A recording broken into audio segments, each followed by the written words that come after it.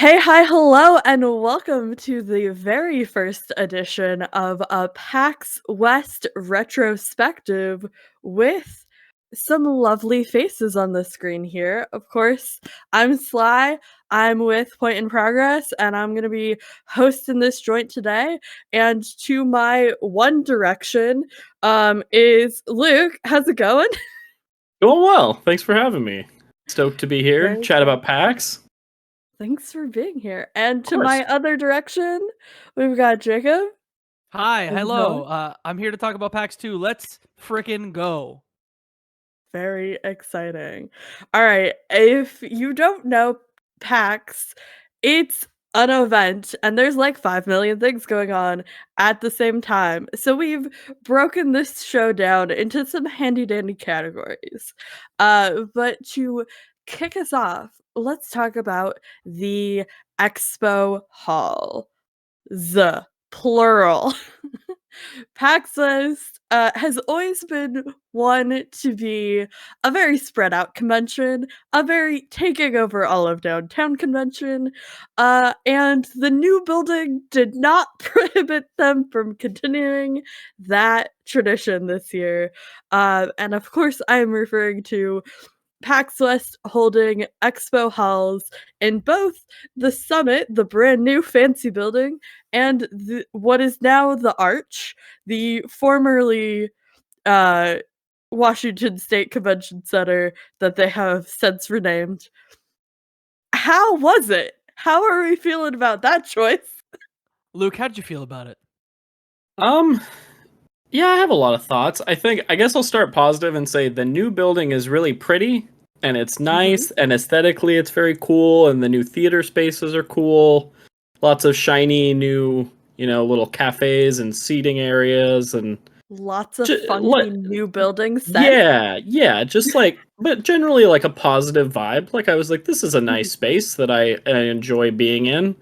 But I think logistically going back and forth between the two buildings and not really being aware in advance of where each exhibitor was going to be in terms of planning appointments was a little difficult, because I think if we had known in advance where everybody was, I would have been very intentional of like, okay, today is a summit appointment day, I'll book all my appointments at this building, tomorrow I'll go over to the other building and kind of be more strategic about it, whereas it kind of ended up being like, okay, after lunch I got to run over here, then we're running back here, and it wasn't like a crazy walk between, but it was like kind of a lot to juggle. But like you said at the top of the show, Sly, PAX West has always been kind of logistically challenging, whether it was the different hotel Mhm. layout with the panel theaters, and the spread has always been a thing, so it's kind of commonplace. But after going to East this past year, I'm like, oof, East is really Yeah. nice. East feels Mhm. comfy, so I hope West kind of gets their ducks in a row for next year and kind of learns what worked and what didn't. Yeah, so many thoughts. I mean, I've been to all the PAXs except Australia, and the great part about every one of them except for West is that they're all in one building, right? So everything is self-contained. Right. You don't have to leave. Uh-huh. You just like video games and friends all day, and then you get food and water, and then maybe you come back for a panel in the evening. But definitely challenging to your point. Cell reception. This is the most first world problems thing I will ever say, but cell reception in Arch was 1 out of 5. So bad. It In was Summit, it very was bad. Always actually quite is. good. It Yeah. was quite good. And then Mhm. beyond that, to your point, Luke, we're really privileged to be media. It's like my ninth PAX or something, and my third is media. Hmm. And I probably got an email that said there are two buildings this year, but it didn't click because I'm sure I got the email and I was like, I've gotten this email before. I know what it is. I go pick up my badge and then I do the things.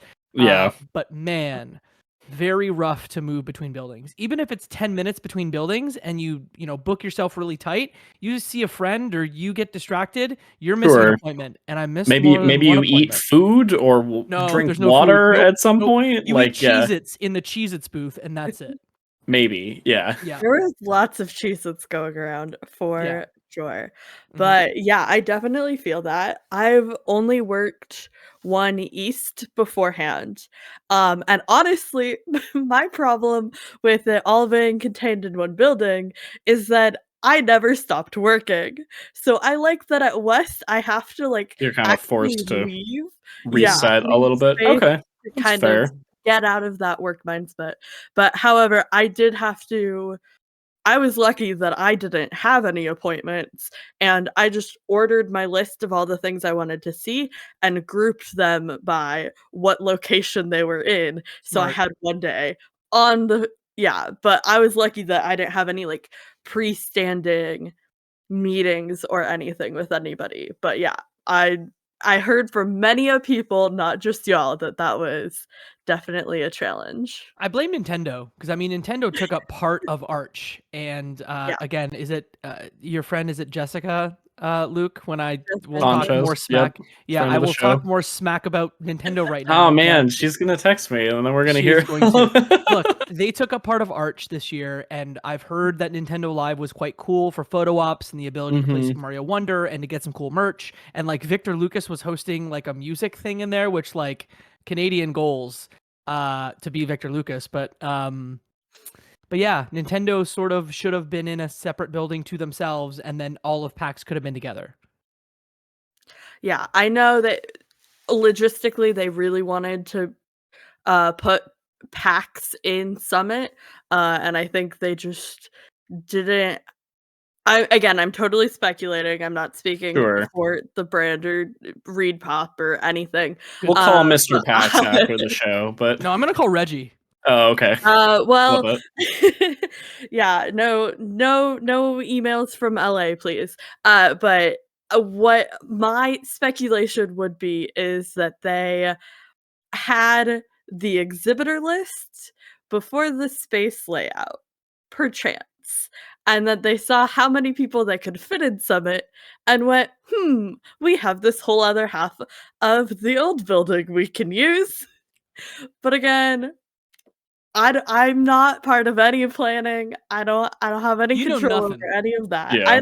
I know nothing. I know how to run a theater, and that's about it. Yeah. And run a Well, theater you did. Thank you. we'll have to see what happens next year because I feel like the general consensus was very in line with what we're saying, and it felt like there was more space in Summit than was used. So we'll see what happens. But I feel we got the negative out of the way because I feel like as a whole we're all very positive on PAX West and the games we saw and the friends we caught up with and like the event as a whole. But like logistically, I have some questions, but that's okay. With that, let's talk about some video games.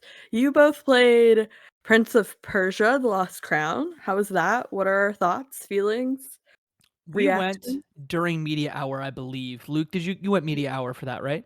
Think I got in like 10 minutes before they opened the show floor. So yeah, I was like right on the cusp. It was very fun. It I was. really enjoyed it. Yeah, that was one that's been on my radar. I was pleasantly surprised it was there, though I kind of predicted it when I saw Ubisoft on the exhibitor list just because I was like, what else would they be You showing literally said it here? to us. You're like, I bet Um, this is Prince of Persia, and you were right. Yeah. Anyway, but very fun game. It's for folks that aren't familiar. It's a 2D like Metroidvania side scroller take on Prince of Persia. It's from the dev team that worked on the Rayman May Origins I and French Legends for a moment? games. Please It's do, please Ubisoft do. Montpellier. Thank you, thank You're you. welcome. Um, but yeah, super fun combat. Really cool traversal. There's some like kind of shapeshifty magic mechanics where you can like morph through objects and different things. The demo was super short, but it was one that like it ended and I immediately wanted to keep playing more. So good sign for that one. So most excited I've been for a Ubisoft game in a hot minute, if I'm Yeah, I being mean, we're getting objective. Avatar in December, and then this game comes out January 18th of 24, I believe. So hmm we're gonna hit the start of 24 with a banger, I feel. Yeah. Yeah, incredible. All right. Now I'm just gonna go down the list, Let's and do it. we can chat about some games. So the first I have on my list was Mirthwood. Mhm. Obviously, Mike Towndrow's Mirthwood, wonderful, yes. amazing, They should incredible add friend that of the subtitle. show, Mike He's Towndrow. doing the thing. Mike Towndrow's Mirthwood. Yeah, I got to play it on Monday on the last day, and it was everything you think it is on the tin. It was cool, it was pretty.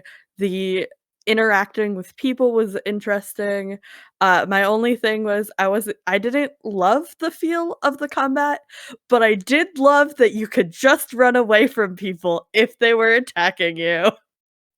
Yeah, this one's like still got a ways. Like it's pretty early, Mhm. but I think that from what I saw a lot of promise in it. Where I was like, this could be a cool game. It does very much have the what did Mike describe it as? It's like Stardew Valley meets Fable. Was that his pitch? Mm, Good Yeah. pitch. Yeah.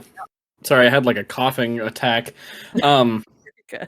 I enjoyed this one too. I think it has a lot of promise. I was really impressed considering it's a 2-person dev team. I thought there were a lot of cool systems and ideas at play. I like that it had kind of the quirky, like romance social element of Fable.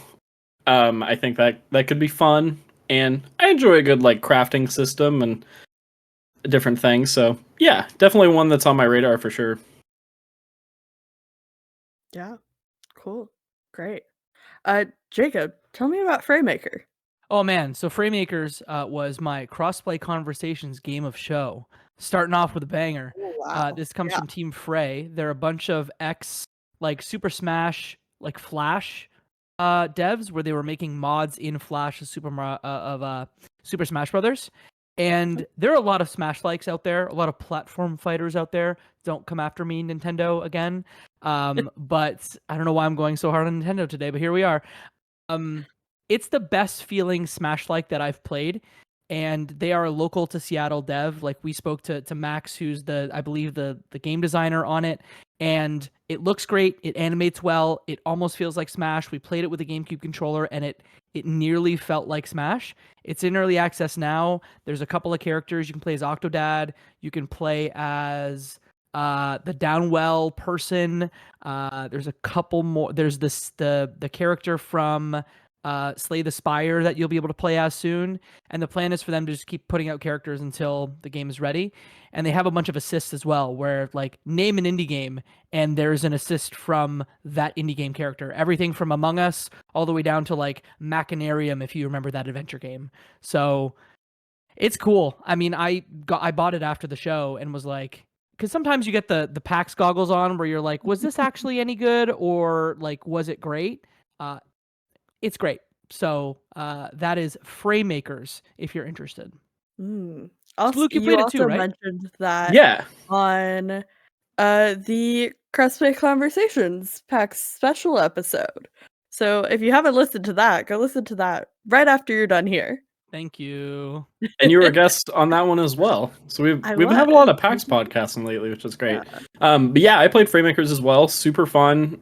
To Jacob's point, it controlled really well, and I thought on a technical level it looked really good, and like putting the game through its paces, I thought it really held up. And the fact that there's so many cool indie characters is just a blast. Like we were talking to Max, the dev, after playing, and I was pitching him on different characters to see if he can have them in the game, and it seems like every indie game dev that he's spoken to and worked with is just like super down to clown because folks just want like Yeah. it's like a win-win for everybody of like they get cool characters in their game, other indies get spotlit in this really fun title. So lots of good vibes for Framemakers for sure. Well, speaking of cool characters, tell me about the crabs. Oh my god. Nice hat, Luke. I had to buy the hat because I enjoyed my time with the game so much. So this was my crossplay conversations game of the show. Another Crab's Treasure, developed by Aggro Crab. So for folks that are familiar, Aggro Crab is the team that made Going Under, the like cool roguelike about a tech startup company that's like I need to kind of play that. wacky and different. It's cool. It was on Game Pass. I'm not sure if it still is. But anyway, Another Crab's Treasure is their take at a Souls-like action-adventure game. You play as this cute little crab in this colorful, like SpongeBob-esque undersea world. And the big mechanic is that you are collecting debris from the ocean floor to use as equipment, so you're using it as like your back bling shield and getting different combat perks from that. So you're picking up cans and soda bottles and bottle caps and using them in combat scenarios in different ways. And the game is super fun. The combat, I think, works really well once you get the hang of the dodge mechanic, and there's a nice level of depth and challenge that definitely made me want to keep playing. And I think for me, as someone who likes Souls games but rarely sticks with them through the end, the like setting and aesthetic of Another Crab's Treasure really pulls me in a way that feels more inviting than like a Dark Souls or something that's like visually kind of scary and stressful. Like this is very welcoming and nice, but then it's also quite challenging, which is cool. I think it's doing something unique, which I really appreciated.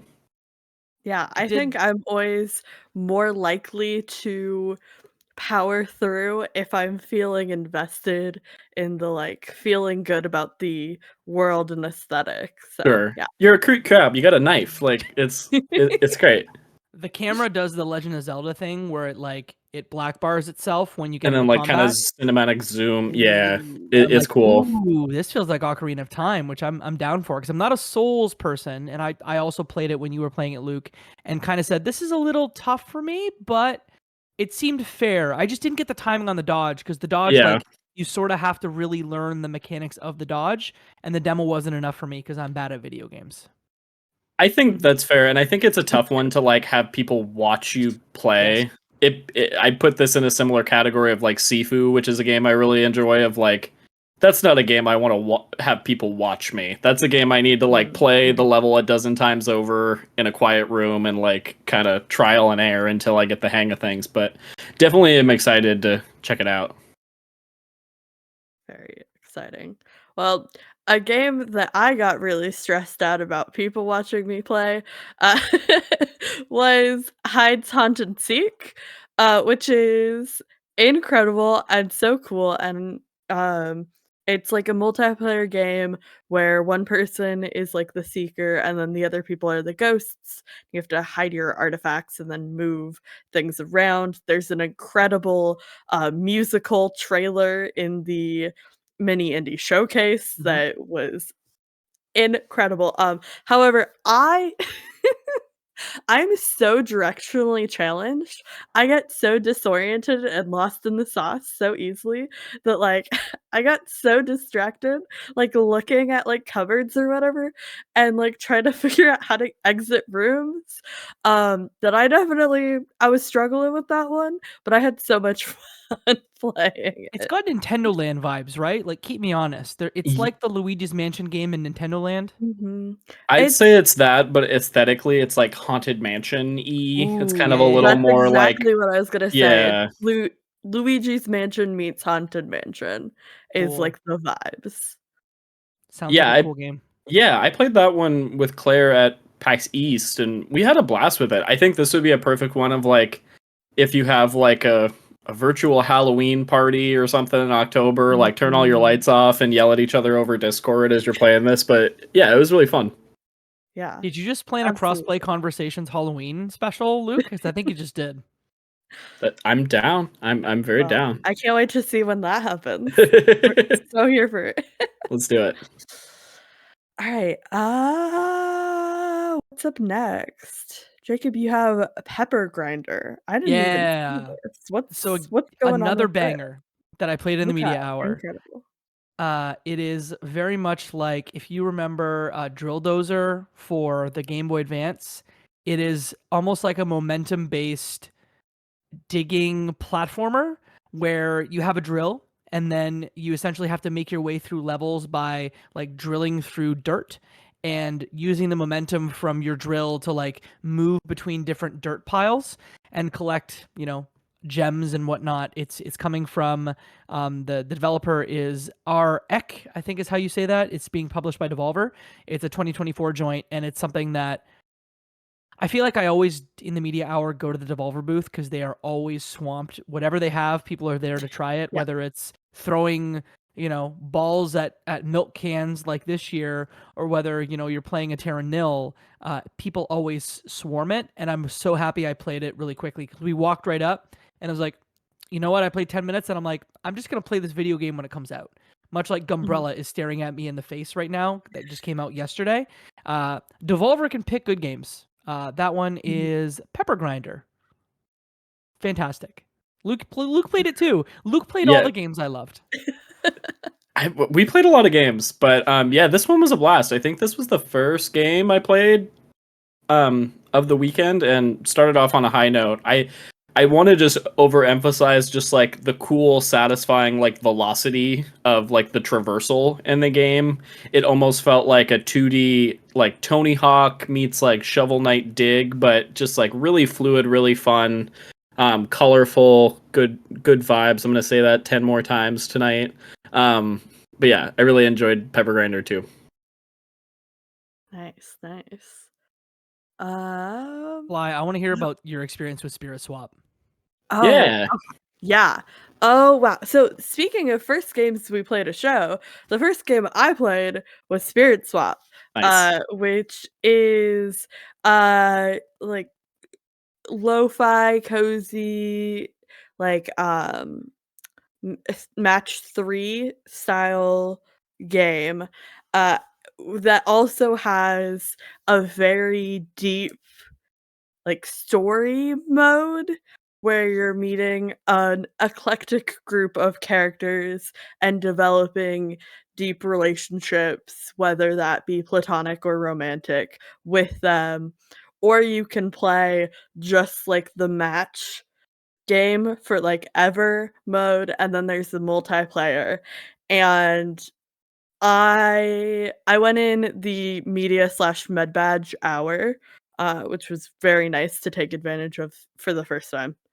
Um, but I that was the first thing I picked up, and I was just sitting there, and I was playing, and I was playing, and then I looked at the time, and I went, I should probably see more than one game during this hour." But yeah, it's really interesting because you swap 2 items or whatever, but you can't swap horizontally, or no, vertically. You can only swap horizontally. So it's like a fun mind puzzle. If you've played like a lot of match games, you're so used to being able to do that Mhm. vertical. Um, However, what I really liked about this is you could swap into empty spaces. So you kind of rearrange things wherever you want with it. But yeah, no, I had such a great time. The art is so cool, the music is lovely, and Mhm. everybody who was there working for that game had just like the most incredible vibes. Mhm. They were just like so lovely to talk to. Cool as I hell, had a all of lot. them. Yeah. If you've played Tetris Attack or if you played Pokemon Puzzle League, there are very few games that do, to your point, Sly, that like non-vertical swap. And those Mm, are like the only two I can think of. And it's been a long time since I played them. But someone yeah. who was like, they were basically saying like, I used to do Pokemon Puzzle League esports. Like they were kidding, but they were very good at the game and walked up and just crushed me and then almost crushed one of the devs too. So Ooh, easy to pick up and play. Yeah, nice. for sure. Alright. Luke, what is Clam Man 2? Oh boy. Strap in, everybody. So this was a game that I played on the last day of the show. Just happened to be running couple last few laps while killing time, and Claire and I ran into Mike Towndrow, and he recommended we check this game out. And it's really, really dope. So Clam Man is a choose your own adventure style narrative game where you play as a character named Clam Man. You live in this world of anthropomorphic sea creatures and different aquatic animals, and it has the best comparison I can make in terms of like the overall vibe is Office Space. So Oh, your character cool. Clam Man works in an office, and the demo takes place over an afternoon, and you're walking through the office. You're called to meet with your boss, who's also your best friend, and so hijinks ensue, and you end up discovering a comedy club in the basement of your office building that your best friend owns. Okay. And so then you meet this group that is trying to open a comedy club, and I forgot to mention that all of the choice-based decisions are based on dice rolls, so it has like a tabletop RPG element to where you're Okay. rolling the dice to see if you can convince somebody or persuade somebody or land the joke or things like that. And the game features really hilarious character classes. Like I picked Confidently Stupid was my character class. And so immaculate vibes, really good writing, had me laughing throughout the demo. And then the demo ends with I was able to convince the owners of the comedy club that I should be a headliner at said comedy club. So that was like the setup to the main game is now Clam Man, your character has to put together a routine for opening night at this comedy club. So really, really fun game, really, really memorable. The dev, Martin, super lovely human. He just tweeted as of this recording about an hour ago that he just republished the new updated demo. So the demo that I played at Ooh, PAX is now available on Steam for folks to check out. And it's also worth pointing out very that this is the exciting. sequel. So there is a first Clam Man game that I know friends of the show, Kyle Stevenson and Mike Towndrow, speak very highly of. That after playing the demo for Clam Man 2, I'm like, oh, I gotta make time for Clam Man because this game has the sauce and it's really weird, it's really different, but it's like super cool.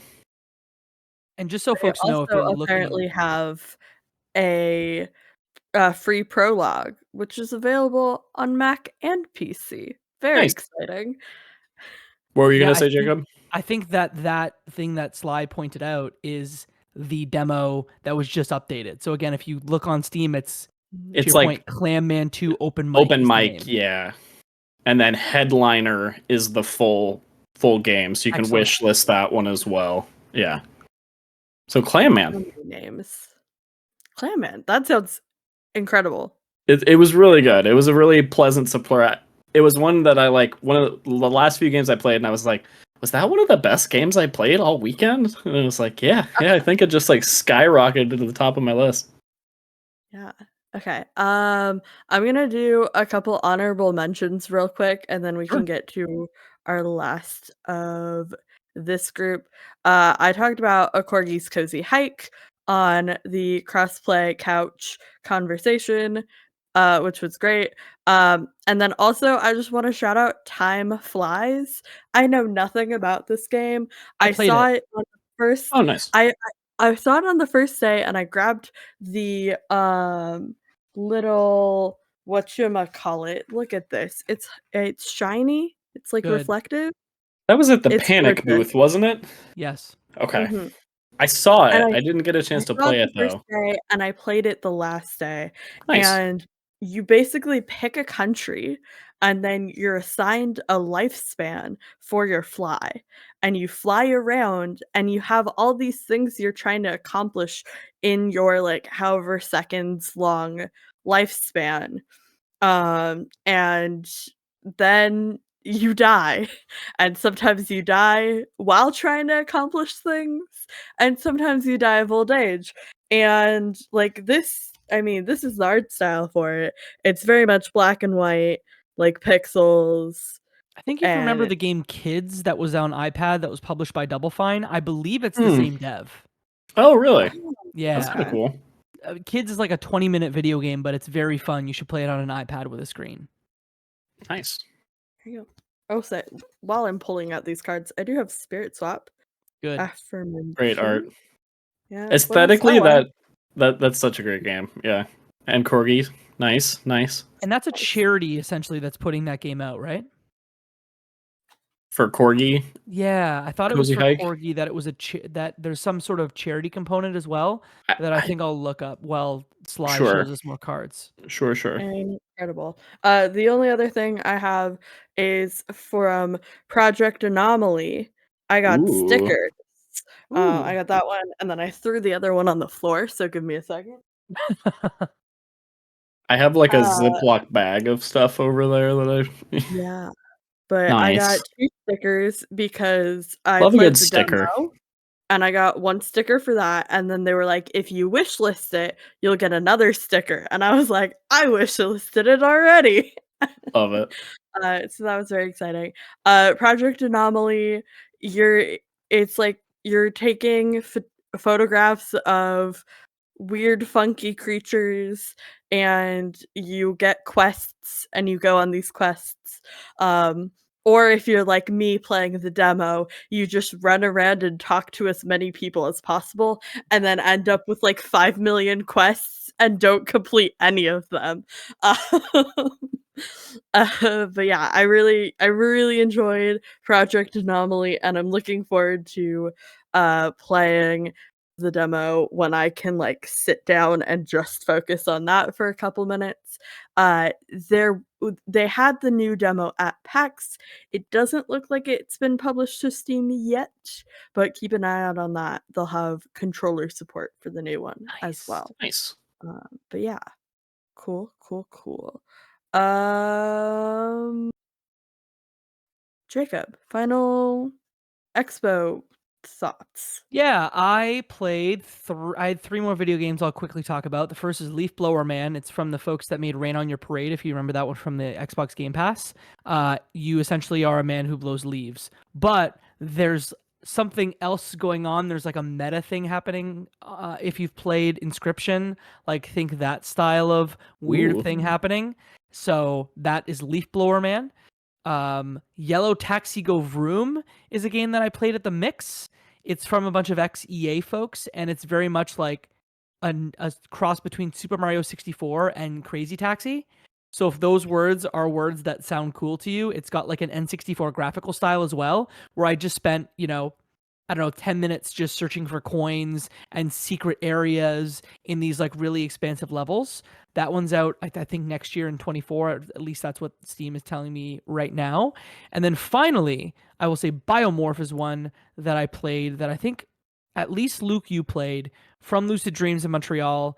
It is Kirby meets the Hollow Knight. Metroid Hollow Knight. Thank you. That was the pitch, where like it is very Hollow Knighty in the Metroidvania style and the way the combat works, but also you can absorb other creatures and deploy their powers and essentially like transform into them and then use their powers in the environment or against other creatures. You can collect more of them to get more abilities for those specific like morphs, if you will. But each time you absorb one and get powerful and more abilities yourself, you also give all the other creatures in the Metroidvania level those same powers. So it's got a really cool thing. I believe that there either is a demo or they're working on one, but I would definitely recommend you check it out. Luke, I know you played this one too. Yeah, this game was dope. I loved the art style. I thought the cinematics between gameplay segments were really, really pretty and really cool. But specifically, I think the morphing mechanic is what really stood out to me, of separating it from other Metroidvanias. Just being able to play as like different characters of all shapes and sizes with different combat abilities kept it really fresh throughout. And I think if they can kind of keep that pace throughout a full length game, it'll be definitely one to keep your eye on. For sure. Those are my floor picks, even though I gave you a mix pick, but it's good. It's fun. We'll get to some more mixed thoughts in a minute. But before we get there, Luke, what are your last? I'll do a couple quick rapid fire ones as well. On the kind of strategy RTS side, I'll throw out Starvaders and Cobalt Core. For folks that are fans of games like Into the Breach or Slay the Spire, I think both of these games hit different elements of those titles. Starvaders is a card-based roguelike where you're moving mechs around a tile chessboard. Yeah, it's super fun. It's I think it's very approachable though, because I feel like as someone who really likes strategy games, sometimes when I hear strategy and tiles and cards, I'm like, this sounds like a lot, but I think it's very approachable in the way it like slowly doles out gameplay systems, and aesthetically it's pretty cute, it's pretty fun. It has a nice cartoony art style to it, and by the end of the demo I was like quickly throwing out cards and then really efficiently moving through my turns, and it was very satisfying to like see little ships and mechs exploding and then moving to the next round. And then Cobalt Core, similar vibe. This one is turn-based and you are controlling cool spaceships in outer space. Like imagine like outer space Top Gun is kind of the vibe. but super fun. And this one kind of plays with like space in an interesting way, where you have to like move your ship up and down or left to right. So there's a lot of like verticality to the combat, which I really enjoyed. And then lastly, I'll throw out Survivor Mercs. I'm sorry, this was it's now in PC early access on Steam, but this game is such a blast. My elevator pitch for it is it's Vampire Survivors meets Pikmin. So you are controlling a little squad of these military dudes and slowly leveling up, very similar to Vampire Survivors, of automatic combat. You're ranking up, you're collecting currency, and you're unlocking new abilities. And then every time you level up, you get to add another person to your squad that has different combat abilities and perks. And super addictive gameplay loop, really fun. And I thought I've seen a lot of kind of Vampire Survivors-esque games since that one came out, but I think this one, with the squad management element and kind of more of a tactical approach, is doing something unique. So definitely one to have on your radar as well. Wow, incredible. I love that even though I had a huge list of games after PAX, I now have even more games to add to the list.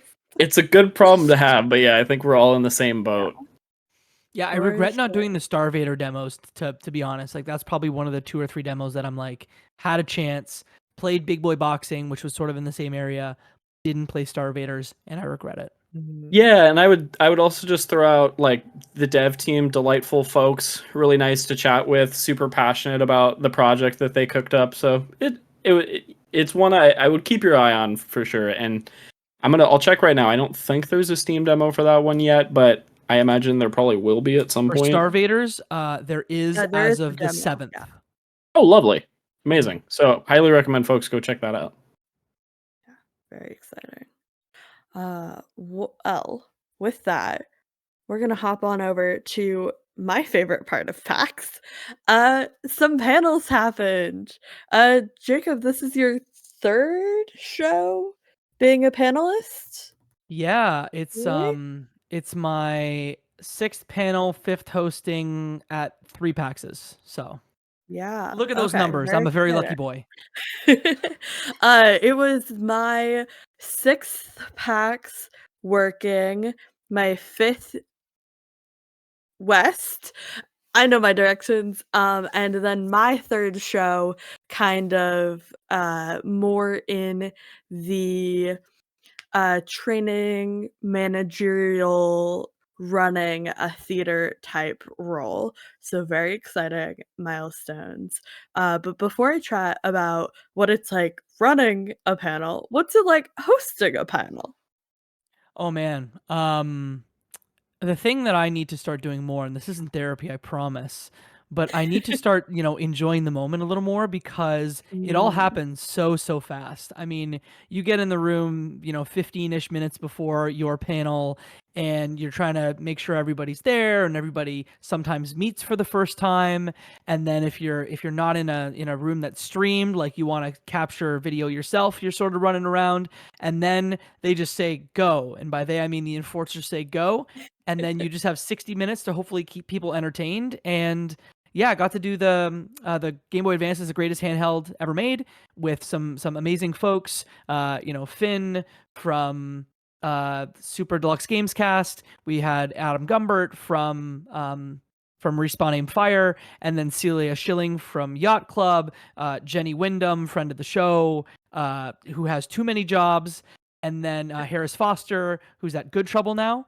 The 5 of us just built the 15 best Game Boy Advance games with the help of the PAX audience. And truly, if I pitch this panel format again, I think people mostly want the debate part, which is the fun part. I'll ask y'all before I talk about the second panel, if you had to put one Game Boy Advance game, and you weren't there, Sly, so I'm actually just going to ask you, what Game Boy Advance game would you think would be on the list of the 15 best ever? Sorry to put you on the spot like Oh, this. here's the thing, I don't think I played a as much Okay. of the, like, greatest, Game Boy Advance games. I can tell you what in my heart would be number 1 on that list, and that was Piglet's Big Adventure, the, like, movie Heck yeah. tie-in Love game. it. Love it. That was probably the first game I ever finished. I played through that game multiple times. I played through each section multiple times. I spent so much of my Game Boy playing time with that cartridge in my Game Boy. So that would be my personal pick. But of all time, I don't know if it's making the cut. You know what? It's probably 16th of all time, for sure, but it did not make the list. There were a lot of Japanese carts and a lot of like stuff that was only available, like either was in a combo cart in Japan or was only available in Japan. But I think the list is mostly pretty solid. That one's available on YouTube and on the Left Behind Game Club podcast feed if you want to listen.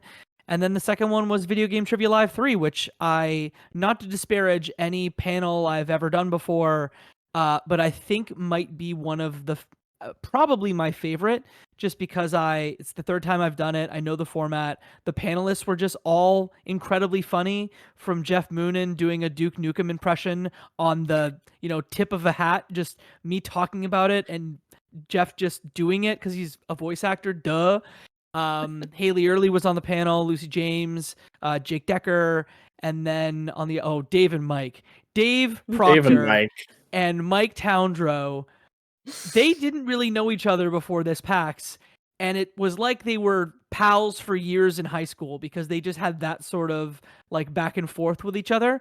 I just want the two of them to have. Mike doesn't need more podcasts, but Mike Towndrow, if you're listening, I just want a comedy album between the two of you, maybe some sort of special that you can put on Like a 6-1. fireside chat, like I want them both like by a Yeah. fireplace with armchairs, just like talk for 3 hours and then we'll Yeah. all watch. I mean, look, Dave worked on the big con, which is a very funny game. So if he was at any point, some part, which he was in writing the game, like I saw it. I'm like, oh, you're very funny because your game is very good and very funny. Got it. Yeah. So I would no, I got to say enjoy it. It was great.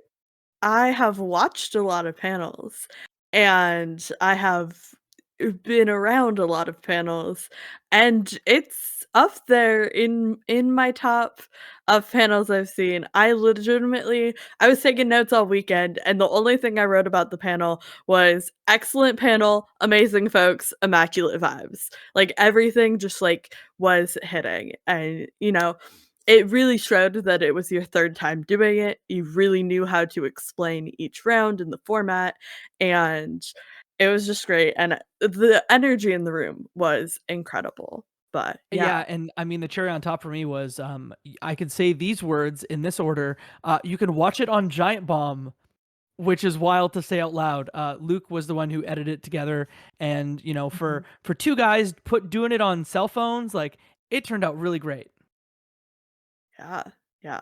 Very I awesome. might use this quote in the next description if we get to do it again. Yeah, go for it. Excellent If panel, you amazing ever folks, want immaculate vibes. Yeah, if you ever I think want that's a any very full good quotes, let summary. me Yeah, know. that's a good Yeah. one. Another panel that had some pretty great vibes was not a panel I attended, but it was a panel I worked and saw all of. Um, within my theater, we ran a panel for Power Wash Simulator, which is a Ooh. game Nice. I knew 0 things about, and all of I saw about it was that Khalif Adams of Spawn on Me was Mhm. hosting it, Nice. and just love Khalif, love his vibe, and I was like, "Hey, I would love to work inside for this panel," and I was like, "Wow, Power Wash Simulator?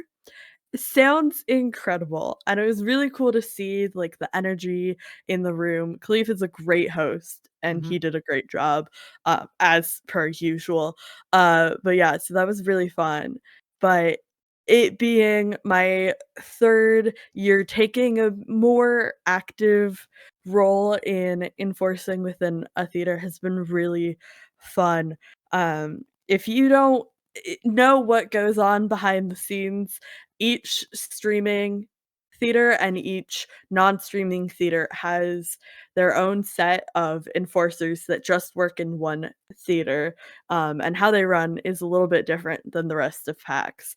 So we have to be able to answer any questions from attendees walking by and just, like, know where things are, and that's so fun.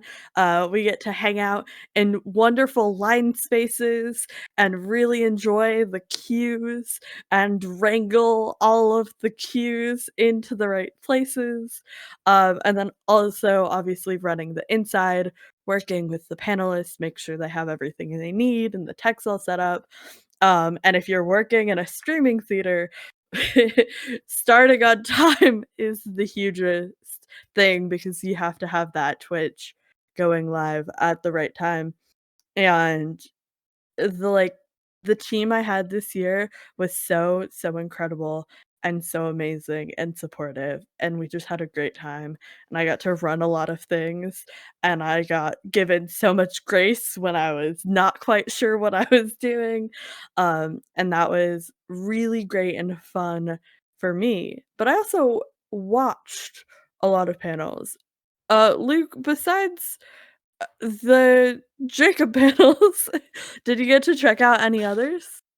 I went to just one, the no clip panel that Danny O'Dwyer put on. Yeah. It was really, really cool. I've been a fan of his work for years, dating back to his time at GameSpot, and now with all of his video game documentaries at no clip. So just like seeing him in the flesh was really cool. And they revealed one of their new upcoming documentaries, which is going to be looking at Secret of Monkey Island and kind of LucasArts adventure games, which is super dope. So it was really fun to see friend of the show Katie just pop off for that. Holy, She grabbed was my very leg. excited. She's not a person that usually uses any sort of physical contact, and when it happened, she physically grabbed me because she was so excited. I looked at, because we had to kind of split up because there weren't a She lot of might have seats by the time we squealed. got to the theater. Yeah. We'll have to watch the video back and see if we can hear her. But anyway, so that was really fun. And then they did a fun thing where before the panel started, they went around the audience and asked the audience what video games they think deserve a documentary. And then they kind of just went through the list as a panel and said yeah, that would be really cool. Or logistically, I don't think we could ever do that or this, or fans, which one would you like to hit? And I believe 50 Cent Blood in the Sand was the most cheered for game, which would be very funny. But yeah, so just kind of hearing about their behind the scenes process and things like that for their content was really cool. I mean, even little moments like at one point when someone asked about Cyberpunk and Radek, the global PR manager for Or CDPR, Projekt, was yeah. in the back And he was like, yeah, we'd do it. let's do it. But I mean, it's probably a weird thing for him that he runs into with AAA Studios of them wanting to use it as a marketing beat when he's like, no, I'm not going to be your marketing beat. I'm just going to put out a documentary about the process. Right. Man, Danny O'Dwyer is such a legend. Heck yeah. Incredible work and such needed in this space with history of not really preserving any information or most of the games. Like, the people who are doing archival work trying to save and preserve these games, and the people who are doing these amazing documentaries and capturing these moments and digging up the old history to put these together is really something that's just so nice to have in the video games world where there hasn't been a lot of that before now. I mean, Luke made a joke the other day and saying hey, we should just get on a call and watch a whole bunch of NoClip archive stuff, because if you haven't dug into the NoClip archive of old press conferences and weird videos that Danny O'Dwyer has found on tapes and put up, it's worth it. Yeah. I wasn't kidding. That was a very serious. I know you were. I mean, it's funny the thought of planning a hanging out event to do that, but I think that would be very entertaining. So, agree. What I found very entertaining was, as a person who has never played a single Kingdom Hearts game and knows zero things about it, I went to a friend of the show, Cam Hawkins' panel where they were rapid fire describing the plot of all of the Kingdom Heartses, and I learned so many things I will never need to know ever again. But that was really fun. And then also I went to a panel with Jacob, the PAX panel show, where I got to meet Jeff and Sarah, who are so incredible and lovely. And then we spent all weekend hanging out. Kind of exactly what I did to Jacob last year, where I meet new friend and then latch on for a weekend. But yeah, no, the PAX panel show was great. Hosted by Jenna Stieber, and who all was on that? It was Jenna Stieber plus Giant Bomb. That's yeah, right. basically. What a That crew. was Jana Choa, Tamora Hussein, Lucy James, and Jeff Grubb. Yeah. Yeah. And Mike Minotti was in the audience yelling answers as he would. But yeah, that was great times, good vibes. Got to see friends. All lovely things. Heck yeah. Heck yeah. All right. Now, I have a lot of notes for this section and nobody else does. Got us. Well, we went to the mix, the three of exciting. us, so we can talk about Yeah, it. we did. For sure. If for some reason you've got this far and you've never been to a PAX, there's a lot of PAX that happens, and there's a lot of not PAX that happens. So now we're gonna talk about all the not PAX that happened the weekend of PAX. And I'm just gonna kick it off with the 6, and then we can all dive into the mix. Cool. Sounds Love good. it. The 6 is the Seattle Indie Expo. Thank you. Which was really great and cool, especially being a local to see all of these cool, great local indie devs doing their things. There was a group called Themis Games who has a online Braille learning game, but is also in the process of making word voyants, which is crosswords that are accessible. They're working on dyslexia friendly stuff, Cool. but specifically it's making blind accessible crosswords. Very cool, very Cool. fun. Nice. That That's was awesome. exciting. I also checked out He Who Watches, which is a puzzle game. The art is really cool. There is a demo for this one on Steam, and you basically have like a bow and arrow, and you shoot the arrow at a target, and things react, and then you can like recall your target to undo or like puzzle shit, right? Anyways, I really like it. It's definitely a challenge as someone who could not play Portal because they got motion sick way too quickly. However, I really enjoyed like what I did play, and it was nice that I'm kind of like controlling all the weird, wacky movements, so that helped a little bit. Some people did have a little bit of a disconnect with it because you can move the mouse to like look around, but when you shoot the arrow it only goes straight, which is something I really liked, that I always know that it's going to go in the direction it needs to and you're not like aiming. But I know some people where that threw them off a little bit. Yes, Jacob McCourt. I have a broad question about the 6. How many devs were there? Because it was a free to the public event that you just needed to like I think go on an Eventbrite and be like, I'm coming. Yeah. But cool, a lot of devs. It was cool. It was in a hotel. I don't remember which one off the top of my head. There are a lot of hotels downtown Seattle. There was a lot of hotels. And it was a pretty substantial room that had like a U shape with like, I don't know, probably like 10 games on the outside, and then like 2 like collections of like 4 tables or whatever. Um, so probably like 15 to 20 loose estimate. I didn't count. But a decent amount of Seattle indie game devs. It was really cool Awesome. to see. Yeah, definitely keep an eye out, especially if anybody's in the Washington area, on all of the things they're doing because that was really cool and I'm really excited to see more from those folks in general. But the last thing I saw there was Fishbowl Kid, which is like an interactive comic.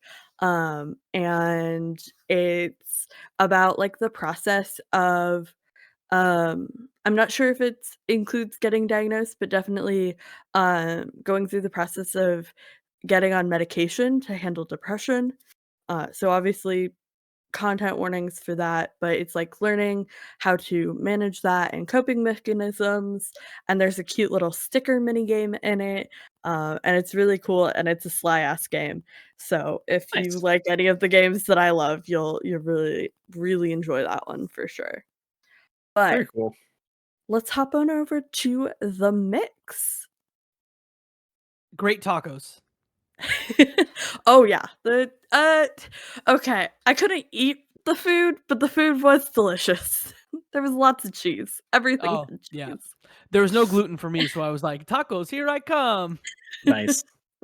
I didn't Yeah. eat any of the food, but I talked to so many people and just once again immaculate vibes. Just a really cool Mhm. event with a lot of really wonderful folks. And I think I mentioned this to somebody else, but it was really fun seeing the devs in like kind of a semi-casual setting outside of the show Yeah. floor of just like they're hanging out, they're having a nice time, they're having some tacos and a beverage too, but we're also chatting about their game. So it was just like pretty low key, but like a really nice space and one that now that I've been is like definitely like appointment viewing, attending at future events.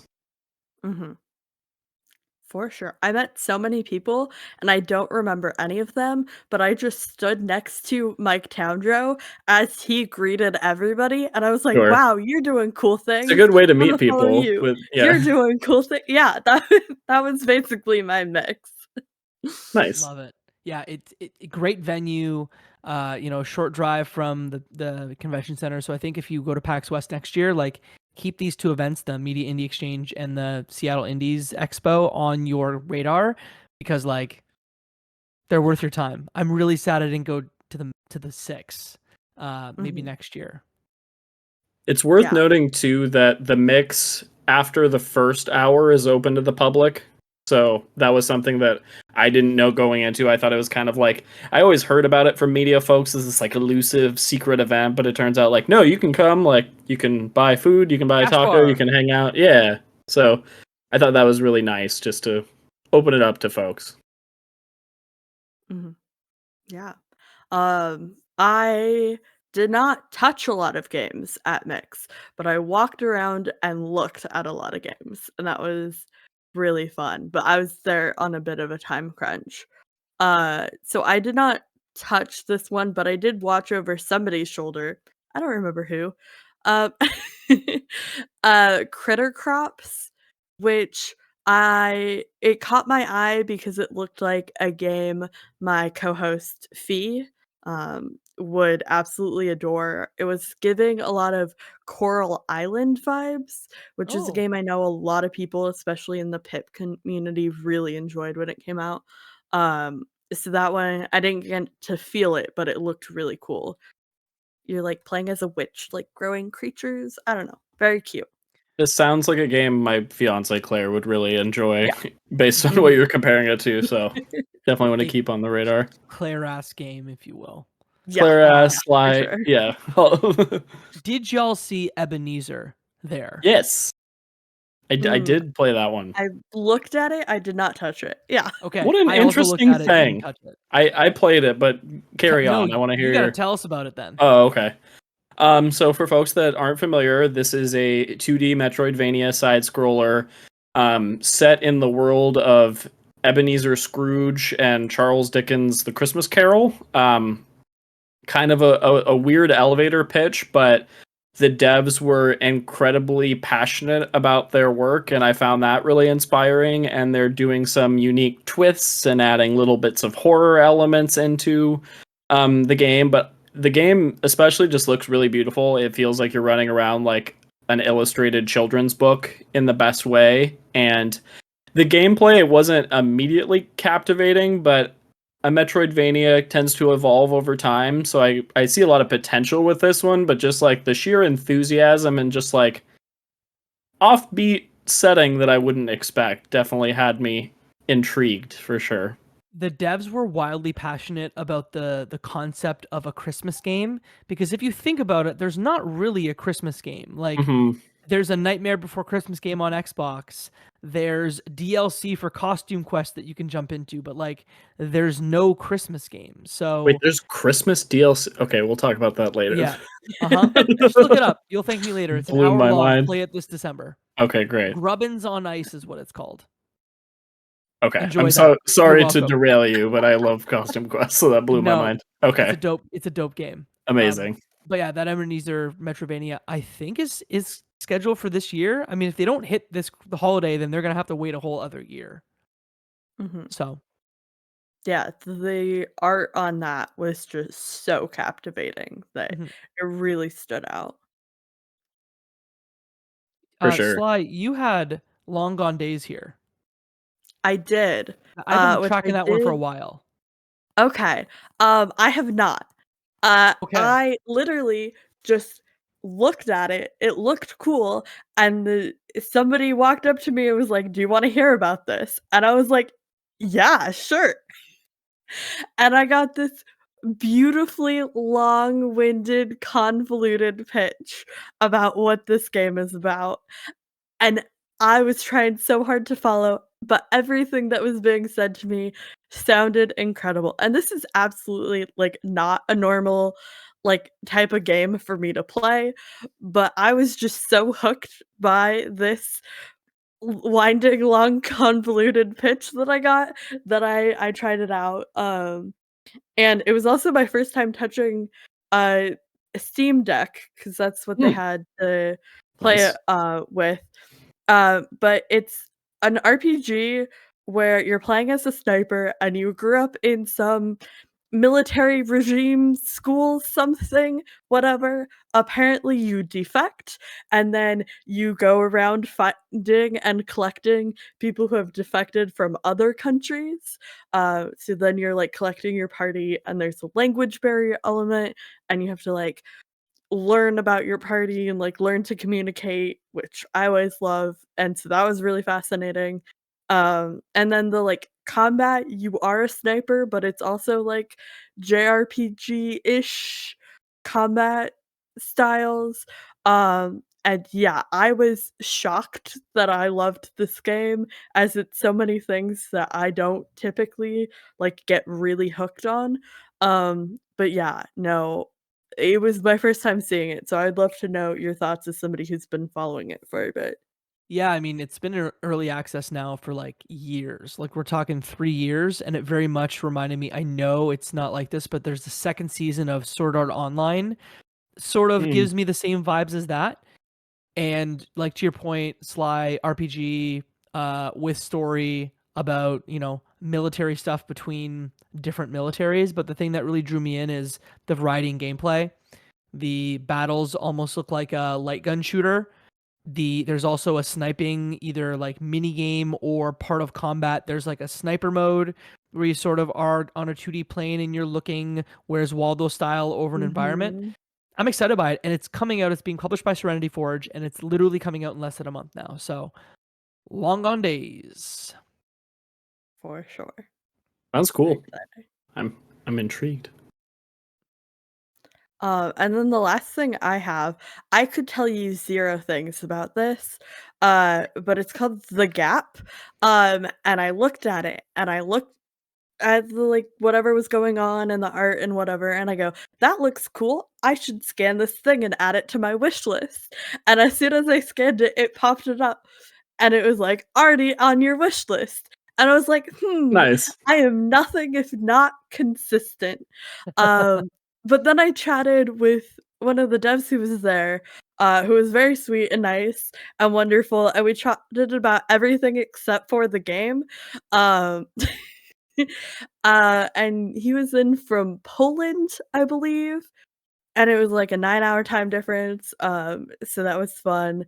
But apparently you have previously seen it at a Future Games show, Cool. which is where I think I wishlisted it from. And I'm pretty sure it's like about um a neuroscientist trying to recover memories and like solve a family disease question mark.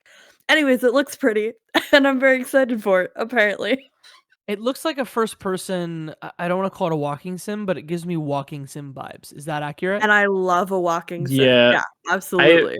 I watched Claire play a little bit of this one, and it felt comparable to like a Gone Home or an Everybody's Gone to the Rapture in terms of like walking through environments, finding things of interest, reading letters, that sort of thing. It seemed really cool, but I think the consensus was it was a tough game to play in like a crowded party room at the Mm, mix, but would definitely be one to sit down at home with. yeah, yeah. And I mean, like, I love a 3/4 home, a gone home. Like, I Oh, love totally. walking around and reading things and figuring things out. So, yeah, very excited about that. Nice. Anything else at the mix y'all wanna shout out, talk about? I'll give Was a quick Beastie Ball at the mix? Beastie Ball was at the mix. I played that one at the show floor. I can talk about that one too, though. Beastie Ball's dope. For folks that aren't familiar, it's from the dev team behind Chicory, A Colorful Tale. But very different game. It is a colorful turn-based strategy game in the style of Pokemon, except your creatures are playing volleyball against each other in like turn-based style combat. Very wholesome, very cute. Has this focus on mind, body, and spirit over rather than like earth, wind, and fire element based combat, which I thought was really clever. But yeah, I had a blast with that one. It was really fun. Awesome. And with that, thank you all so much for joining us on this wild ride of a PAX West retrospective episode. Thank you so much for joining me. Of course, I am Sly at Cyclone MC everywhere, and I'm here with Point in Progress. And you can find me on all of the Point in Progress things. And thank you so much, you two, for joining what I've been affectionately calling the CrossPiP conversations. Love it. Ah, Very clever. So, Very good. um, Jacob, if you want to let people know where you are, where people can find you, what you do, all 5 yeah. million things you do. Oh man, I mean, Luke, your joke for me for our podcast. He's a man of many podcasts, and this is most certainly one. It's a good one. I do too many things. You can find all those things on Twitter at Jacob McCourt, JACOB MCCOURT. And I think if I'm gonna point you in one general direction, um, after crossplay conversations, which Luke and I will pitch together, go watch the Video Game Trivia Live 3 panel if you weren't there, because I think it's dope. The video's great. And so go and find that on YouTube. Video Game Live Trivia. Nope. Video Game Trivia Live. Those are words. It's on Giant Bomb's YouTube channel. Luke and I host a show together called Crossplay Conversations. It is a new podcast that is topical and about the world of video games from three people who have podcasted a lot together and separate and talked about video games for a long time. So if you like people who mostly know what they're talking about and who have a little fun along the way, check out Crossplay Conversations on every podcast platform. Luke, And I how'd I will do? say You it did great. made the top of my rotation very Ooh, quickly. So if you we're want honored. an We are endorsement, honored. it's yeah, Crossplay Conversations has easily become one of my favorite podcasts, obviously of the ones that I'm not on. But Love it. yeah, Well, thank you definitely for that. if you're That means a here lot. from the PIP side, go check them out. And Luke, where can people find you? Heck yeah. So people can find me on socials. I'm at Lukewarm Lewis. You can find me co-hosting Crossplay Conversations with Jacob and our good friend Joseph Hooper. I also co-host and produce the not the Left Behind Game Club That's my podcast. show. Oh my You don't gosh. do Wow, that we are yet. tired. No, I do not do that. Sorry. You didn't say that one, so I think I had it in my head for some reason. We're like sharing one brain The Left Behind tonight. Game Club is a show that top about It book is a club video good games. it is a good podcast that I have been on a couple of times. That said, I co-host and produce the Lukewarm Games podcast with my fiance Claire. We post every other Monday. We chat a lot about indie games. We try to do kind of feature-based discussions, developer interviews. Keep it fun, keep it light, keep it positive. Thanks so much for having us. Thank you for being here. This was lovely. I'm so glad we could make this happen. It was so great. I miss seeing your faces. I miss being able to hug and interact with you in person, but I cannot wait for the next show where we're all together. But until the next time, progress has been made. See y'all later.